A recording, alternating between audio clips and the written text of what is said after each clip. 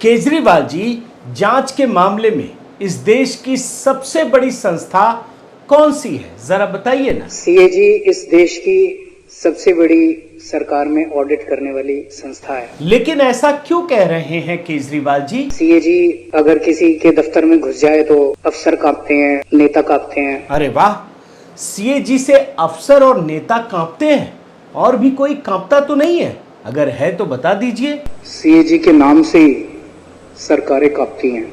वाह, सरकारें भी कांप जाती है।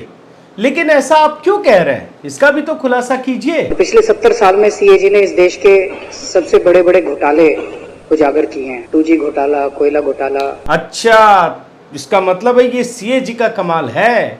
मतलब मोदी जी के बाद भ्रष्टाचार के खिलाफ सीएजी ने ही पूरा मोर्चा संभाल रखा है। सही कह रहा हूं ना? जब भी सीएजी ऑडिट करता है तो ये उम्मीद की जाती है कि अब खूब सारे और नए घोटाले निकल के आएंगे। मगर एक बात बताइए, आप सीएजी की इतनी तारीफ क्यों कर रहे हैं? कोई तो वजह होगी ना।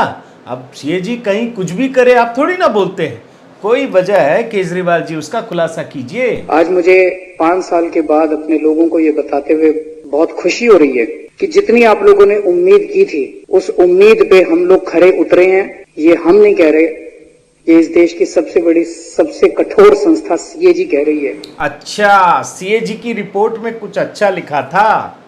अब असली बात समझ में आई दोस्तों, कि सीएजी की रिपोर्ट में इनको कुछ अच्छा मिल गया अपने लिए, तो उसको निकाल करके पूरा मिर्च मसाला लगा करके उसके बारे में बता रहे हैं। लेकिन इसमें कोई दो मत नहीं है कि सीएजी निश्चित रूप से एक संवैधानिक संस्था है, निष्पक्ष संस्था है। लेकिन जानते हैं दोस्तों, जैसे ही खबर आई कि केजरीवाल के आलीशान शीश महल की खबर में घोटाले की भी खबर है, तो गृह मंत्री अमित शाह ने सोचा कि क्यों ना इसकी जो ऑडिटिंग है वो सीएजी से ही करा लिया जाए। जनाब इतनी तारीफ करते रहे हैं पहले भी, अब भी, तो इन्हीं को दे दिया जाए। मगर ये क्या दोस्तों, केजरीवाल की तो बोलती ही बंद हो गई। मतलब जितना खाया पिया हजम कर लिया, अब वो डकार भी नहीं ले पा रहे हैं। ये स्थिति हो गई है, उल्टा फंस गए हैं, अपनी ही जाल में फंस गए हैं। लेकिन किसी ना किसी को तो बोलना पड़ेगा। तो आम आदमी पार्टी ने जो ये संवैधानिक संस्था है ना, जिसकी तारीफ मैंने अभी सुनाई है केजरीवाल जी कर रहे हैं, उसको लेकर भी वो सवाल उठा दिया कि जांच हो रही है। भैया सीएजी से किस बात का डरना।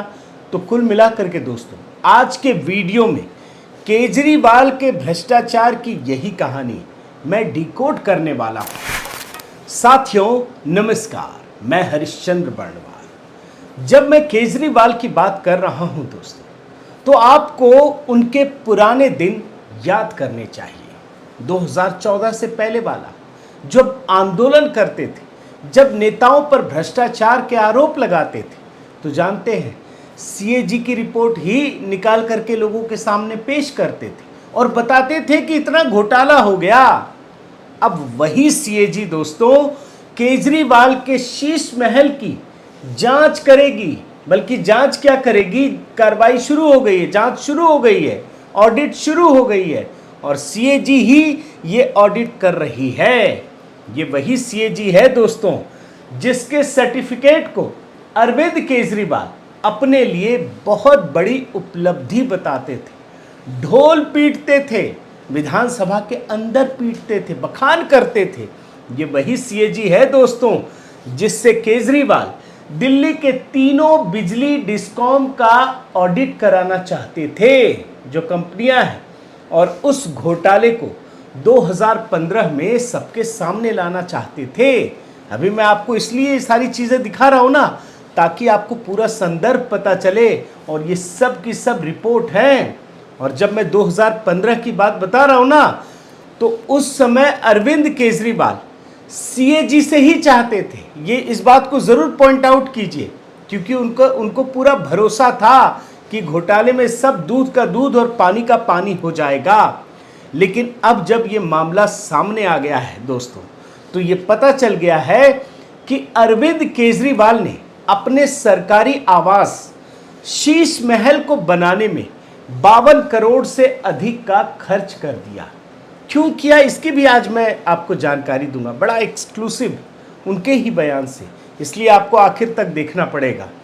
तो ये जानकारी सामने आ गई दोस्तों कि 52 करोड़ से अधिक का खर्च किया गया, वो भी बिना किसी नियम कानून के किया गया है।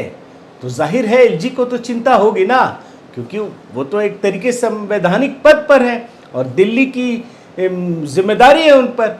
तो उन्होंने शुरुआती जांच के बाद पाया कि गड़बड़ी हुई है, फिर गृह मंत्रालय को चिट्ठी लिखी और उसके बाद गृह मंत्रालय ने सीएजी से ऑडिट कराने का फैसला किया है।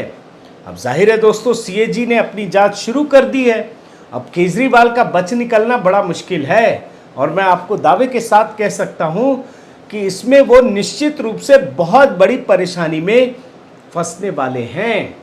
और ये भी याद रखिए कि सीएजी से जांच कराने का जो ये फैसला है ना, वो दिल्ली सरकार के विजिलेंस विभाग की एक रिपोर्ट के बाद लिया गया है। और इस रिपोर्ट में क्या कहा गया है, कुछ जानकारी तो आपको देना जरूरी है ना। इस रिपोर्ट में बताया गया है कि मुख्यमंत्री की पत्नी के कहने पर 1 करोड़ रुपए में किचन बनाया गया है। सिर्फ किचन में 1 करोड़ रुपया खर्च कर दिया गया है। जकूजी, विदेशी पत्थर, सजावट के सामान, ऐसे ऐसे महंगे सामान खरीदे गए हैं जो मुंबई और दिल्ली के रईस भी नहीं खरीद पाते। इतनी महंगी महंगी चीजें। और सबसे बड़ी बात जानते क्या है, इस घर को बनवाने के लिए केजरीवाल ने सरकारी इंजीनियर की सेवाएं न लेकर मशहूर बॉबी मुखर्जी एंड एसोसिएट्स की सेवाएं नियमों को तोड़ कर ली। मतलब सरकारी इंजीनियर की सेवा ही नहीं ली, उसमें भी प्राइवेट क्षेत्र में घुस गए और इन सभी ऐशो आराम के सामान को केजरीवाल तक पहुंचाने का दावा जानते किसने किया है? तिहाड़ जेल में बंद महाठग सुकेश ने किया था। अब जब मैं आपसे सीएजी की बात कर रहा हूं और केजरीवाल के कुछ पुराने बयान भी दिखा दिए, तो एक बात समझना बहुत जरूरी है। केजरीवाल जिस सीएजी की रिपोर्ट को दिखाकर अपनी पीठ थपथपा रहे हैं, अपना बखान कर रहे हैं, कह रहे हैं कि हम बड़े ईमानदार हैं इसीलिए दिल्ली के पास सरप्लस पैसा है, तो ये भी समझ लीजिए कि उसी में से रिपोर्ट का कुछ हिस्सा उन्होंने छिपा लिया। और ये छिपा लिया कि दिल्ली का आधा से अधिक खर्च केंद्र सरकार वहन करती है। इसमें कई सारे विभाग और पेंशन की जिम्मेदारी केंद्र सरकार उठाती है, ये समझ लीजिए। और अगर केंद्र सरकार के हिस्से को हटा दिया जाए तो वास्तव में केजरीवाल के दौर में दिल्ली वालों पर कर्ज बढ़ गया है। बड़े ध्यान से समझ लीजिए, यानी इसमें भी आधा सच आधा झूठ और बिल्कुल अपने तरीके से आंकड़ों को पेश करने का काम है। यही लगता है पढ़े लिखे होने का मतलब जो वो बार बार कहते हैं ना दोस्तों कि मैं बड़ा पढ़ा लिखा आदमी हूँ, इंजीनियर हूँ, इनकम टैक्स का अधिकारी रहा, बहुत सारी बातें कहते हैं भी वो, क्योंकि उन्होंने पास किया है। प्रधानमंत्री मोदी को अनपढ़ बताते हैं, तो जब ये बात कहते हैं तो उसे विशेष नज़रिए से देखने की ज़रूरत है। क्योंकि याद रखिए इस समय अध्यादेश को लेकर वो बार बार कहते हैं कि हमें काम करने नहीं दिया जा रहा, हमारे अधिकार खत्म कर दिए गए, हमारे पास काम करने का वो अधिकार नहीं है, यही कहते हैं ना। लेकिन जब अपने शीश महल को बनाने की बात आती है, बारी आती है, तो उनके पास सारे अधिकार आ जाते हैं, तब कोई भी नियम कानून आड़े नहीं आता है। अब दोस्तों आपके मन में एक सवाल उठता होगा, यही सवाल उठता होगा कि केजरीवाल जो खर्च कर रहे हैं वो तो सरकारी निवास में कर रहे हैं, वो तो सरकारी बंगला है, और सरकारी बंगला किसी व्यक्ति का तो होता नहीं। यही तो वो लोग भी दावा कर रहे हैं ना कि भैया यहाँ तो हर 5 साल में चुनाव होते हैं, अब चुनाव में कौन जीते कौन हारे ये कौन कह सकता है, तो इसका मतलब तो सरकारी खर्च है। लेकिन इसका जवाब मैं आपको देता हूँ। दरअसल केजरीवाल के दिमाग में ये बात घुस गई है कि वो अब चुनाव हार ही नहीं सकते, वो हमेशा दिल्ली के मुख्यमंत्री रहेंगे। और जब ये बात बता रहा हूँ ना, तो उन्हीं का एक बयान सुनाता हूँ। जब वो राजनीति में आ रहे थे तब उन्होंने इस बयान की चर्चा की थी कि कैसे आंकड़ों के खेल से, बाजीगरी से चुनाव जीता जाता है, और वही फॉर्मूला वो आजमा रहे हैं। पहले वो बहुत पुराना बयान सुनिए। 100 में से 30 वोट डलते हैं किसी जगह पे, उन 30 में से अगर एक नेता को 10 वोट मिल जाए तो वो जीत जाता है। तो अगर वो एक क्षेत्र के मान लीजिए मुसलमानों को खुश कर ले, या झुग्गी वालों को खुश कर ले, या फलानी जाति को खुश कर ले, या फलानी जाति को खुश कर ले, तो वो जीत जाता है। देख रहे हैं ना दोस्तों, आंकड़ों की बाजीगरी। ये वो जानते थे, इस बात को वो समझते भी थे। और आप ध्यान दीजिए, इस बात में उन्होंने दो वर्ग का नाम लिया, एक मुस्लिम का और एक झुग्गी क्लास का, और उन्होंने दोनों को ही साध लिया है। अब आप सोचिए उनके दिमाग की क्लैरिटी को। वो हर चीज भली भांति जानते थे। उन्होंने अपने मिशन के अनुरूप काम किया और उनको जीत मिली, और तीसरी बार जीत मिली है। तो कुल मिलाकर साथियों, अरविंद केजरीवाल की राजनीति का इतिहास ये बताता है कि वो भ्रष्टाचार के खिलाफ जितना बोलते हैं उतना ही अधिक भ्रष्टाचार करते हैं। वो एक ऐसी शख्सियत बन चुके हैं जो दिन के उजाले में अच्छी अच्छी बातें करता है, भोली भाली बातें करता है, लोगों को अपनी सहजता का एहसास दिलाता है, लेकिन रात के अंधेरे में वो लोगों को लूटने का काम करता है। और जिसकी सोच, जिसके कर्म में एक रूपता नहीं है, यही तो अराजकता है ना दोस्तों। और याद रखिए, केजरीवाल ने एक बार खुद कहा था कि हाँ, वो अराजक हैं।